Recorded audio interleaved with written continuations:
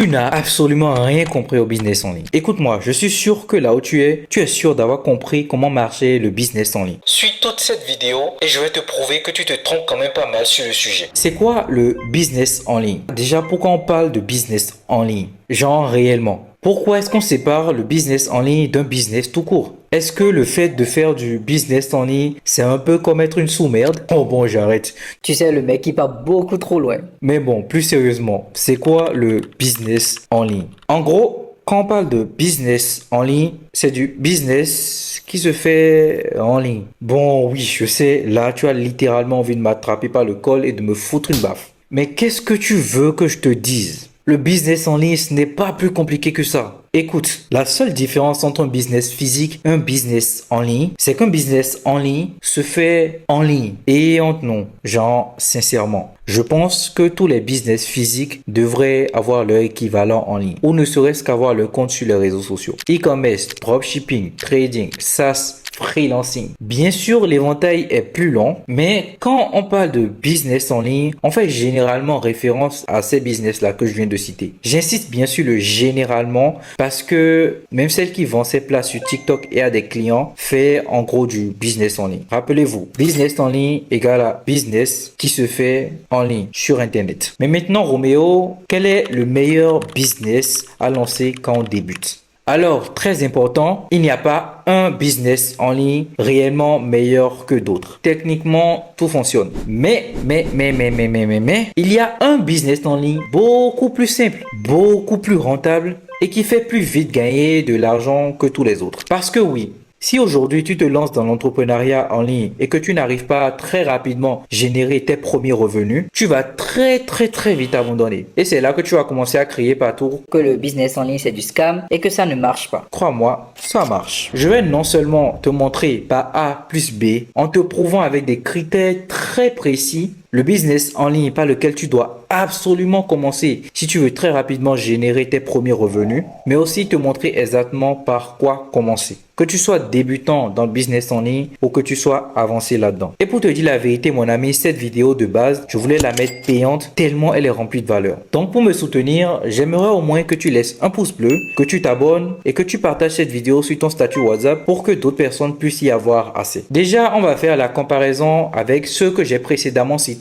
parce que comme je t'ai dit, quand on parle de business en ligne, généralement, on pense à ceux-là. L'e-commerce et le dropshipping, bon, ce n'est pas la même chose, mais ici, on va les mettre ensemble, ce sera beaucoup plus simple. Le trading, le SaaS et le freelancing. Maintenant, voici les critères sur lesquels on va se baser pour noter le potentiel de chacun de ces business. L'investissement de départ, l'échange temps, argent, la scalabilité et le taux de marge. L'investissement de départ, c'est la quantité d'argent que tu dois nécessairement investir pour démarrer le business. L'échange temps-argent, c'est le rapport entre le temps passé et l'argent gagné. Un business viable à long terme, c'est un business qui te fait dépenser le moins de temps possible tout en te faisant gagner le plus d'argent possible. La scalabilité, c'est le potentiel de ton business à pouvoir se décorréler de toi, de ton temps et de tes ressources. En gros, un business scalable, c'est un business qui finit par te faire gagner plus d'argent pendant que tu dors, souvent grâce à des systèmes automatisés et autres. Le taux de marge, lui, il est directement corrélé à ce que tu vas gagner concrètement, ton bénéfice net. Tu l'auras deviné, plus le taux de marge est grand, mieux c'est. Tu entendras souvent des business faire des chiffres d'affaires de 100 000 euros, mais avec des bénéfices de 2 000 euros. Pas rentable. Du coup, on va noter tout ça avec un système de notation très simple.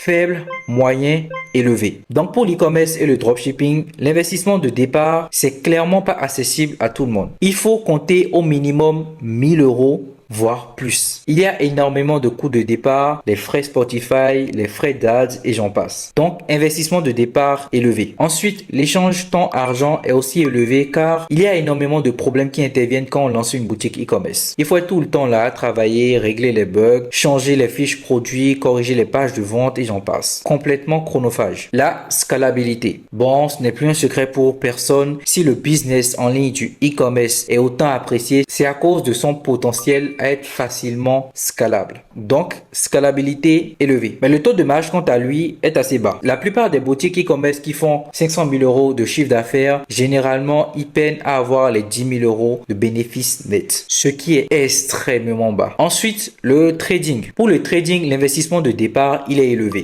Si tu n'as pas énormément de liquidité, ne te lance pas dans ça. Tu vas tout simplement perdre le peu d'argent qu'il te reste. Échange temps argent élevé. La scalabilité est faible. Tu dois tout le temps surveiller les signaux, faire tes positionnements et surveiller le marché H24. Le taux de marge, quant à lui, est assez élevé car effectivement, dans le trading, on peut se faire énormément de bénéfices. C'est d'ailleurs le seul business où le rendement peut aller jusqu'à 200%. Le SaaS, Software as a Service. Pour ceux qui ne connaissent pas ce business, en gros, c'est un business où vous prenez une problématique précise et où vous lui trouvez une solution digitale précise. Généralement, ce sont des applications créées dans le but de servir les entreprises. C'est donc du B2B. SEMrush, Minea, Lemlist, KakaPay, FedaPay et j'en passe. C'est un business qui n'est pas très loin du business model des startups. Comme tu l'auras compris, pour les plus futés, ils remarqueront que le business model n'est pas très loin du business model des startups. Comme investissement de départ ici, c'est assez élevé. C'est même celui qui a besoin du plus d'investissement de départ. Il y a des ingénieurs à payer, des salariés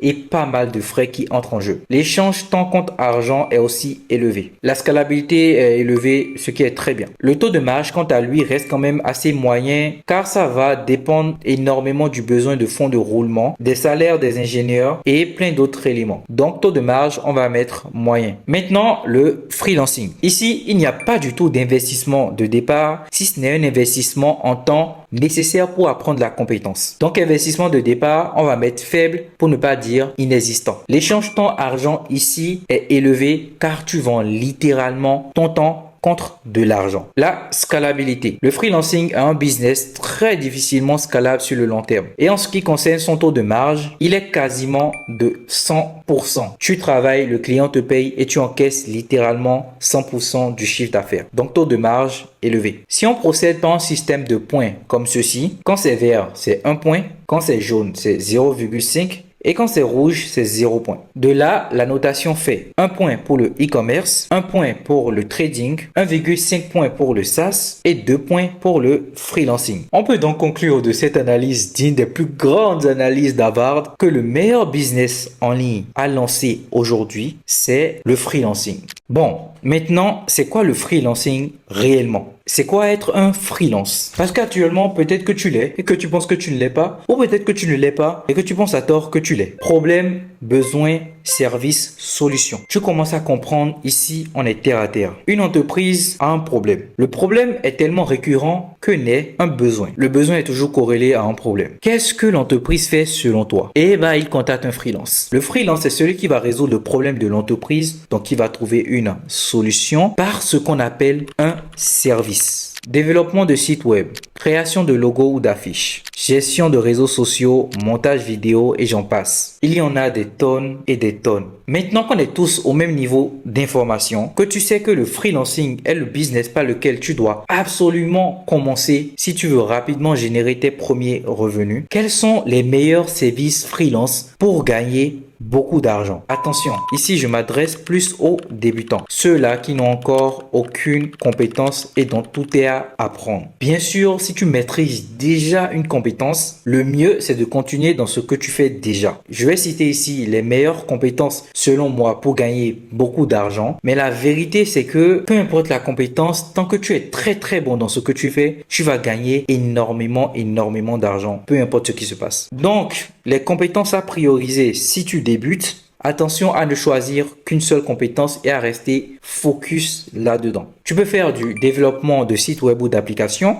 de la création de vidéos UGC, ça paye énormément, de la réalisation de miniatures YouTube. Actuellement, il y a énormément de créateurs de contenu qui viennent sur les réseaux sociaux, notamment sur YouTube, et qui créent des vidéos. Ils auront besoin de designers spécialisés dans la création de miniatures pour YouTube. La génération de prompt IA, ici, il s'agit d'être avant-gardiste dans la technologie de l'intelligence artificielle. Ou tu peux faire du traffic management. Et si tu veux que je développe chacun de ces métiers dans une vidéo à part entière, N'hésite pas à me le dire en commentaire, je me ferai un plaisir de la faire pour toi. En attendant, pour tous ceux qui veulent ajouter 2000 euros à leur revenu mensuel en tant que freelance, j'ai mis un lien en description. Le lien vous mènera vers une vidéo où je vous explique comment est-ce que j'arrive à faire plus de 3000 euros grâce au freelancing. Bref, j'espère que tu as apprécié cette vidéo, que ça t'aura été instructif. Personnellement, j'ai pris énormément plaisir à la faire et si tu apprécies ce genre de contenu un peu plus long, un peu plus élaboré, dis-moi ça en commentaire. Je ferai plus de vidéos comme ça et on se retrouve pour la prochaine